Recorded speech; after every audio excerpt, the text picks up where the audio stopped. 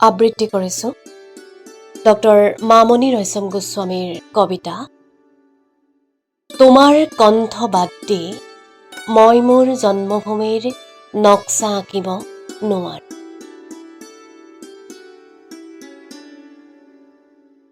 তোমাৰ কণ্ঠ বাদ দি মই মোৰ জন্মভূমিৰ নক্সা আঁকিব নোৱাৰো।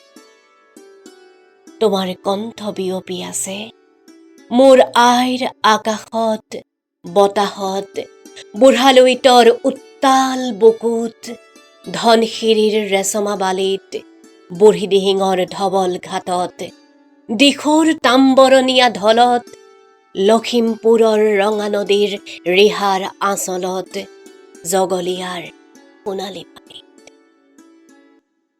ভূপেন দা, তোমাৰ কণ্ঠ বাদ দি মই মোৰ জন্মভূমিৰ নক্সা আঁকিব নোৱাৰো। ক'ত জন্ম হ'ল এই কণ্ঠৰ? কৰ্দমত নে অমৃতত? নাই, এয়া মোৰ প্ৰশ্ন নহয়। কিন্তু কেনে কণ্ঠ এয়া, যি কণ্ঠই অমৃত হৈ স্পৰ্শ কৰে মোৰ জনমভূমিৰ অগণন হৃদয়ক? এয়া কেনে কণ্ঠ, যি কণ্ঠই হৃদয়ৰ গহ্বৰত সোমাব জানে কিন্তু নাজানে ওলাই অহাৰ পথ? মই জানো হৃদয়ক জয় কৰা নাযায় বুদ্ধিৰে নাইবা বাৰুদ আৰু ৰাজনীতিৰ চমৎকাৰ খেলেৰে।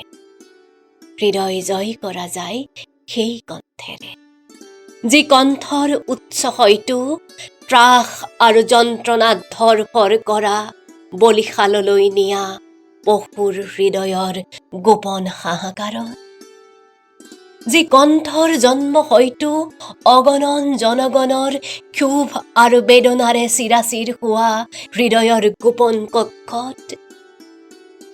না, এইবোৰ কথা মই নাজানো, জানো মাথো এটা কথা, ভূপেন দা, তোমাৰ কণ্ঠ অবিহনে মই মোৰ জন্মভূমিৰ নক্সা আঁকিব নোৱাৰো।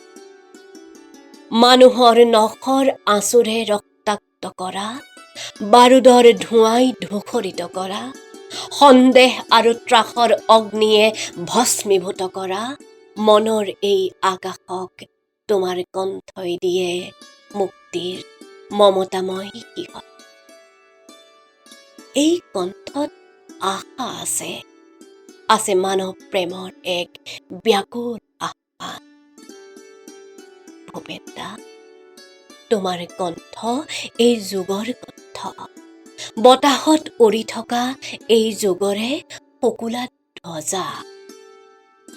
এই শুকুলা ধ্বজাৰ তলত আছে মোৰ জন্মভূমিৰ শত শত জনগণ। ভূপেন দা, তোমাৰ কণ্ঠ, যি কণ্ঠ হৃদয়ত সোমাব পাৰে কিন্তু নাজানে ওলাই অহাৰ পথ। ভূপেন দা, তোমাৰ কণ্ঠ অবিহনে মই মোৰ জন্মভূমিৰ নক্সা আঁকিব নোৱাৰো আঁকিব ভূপেন দা।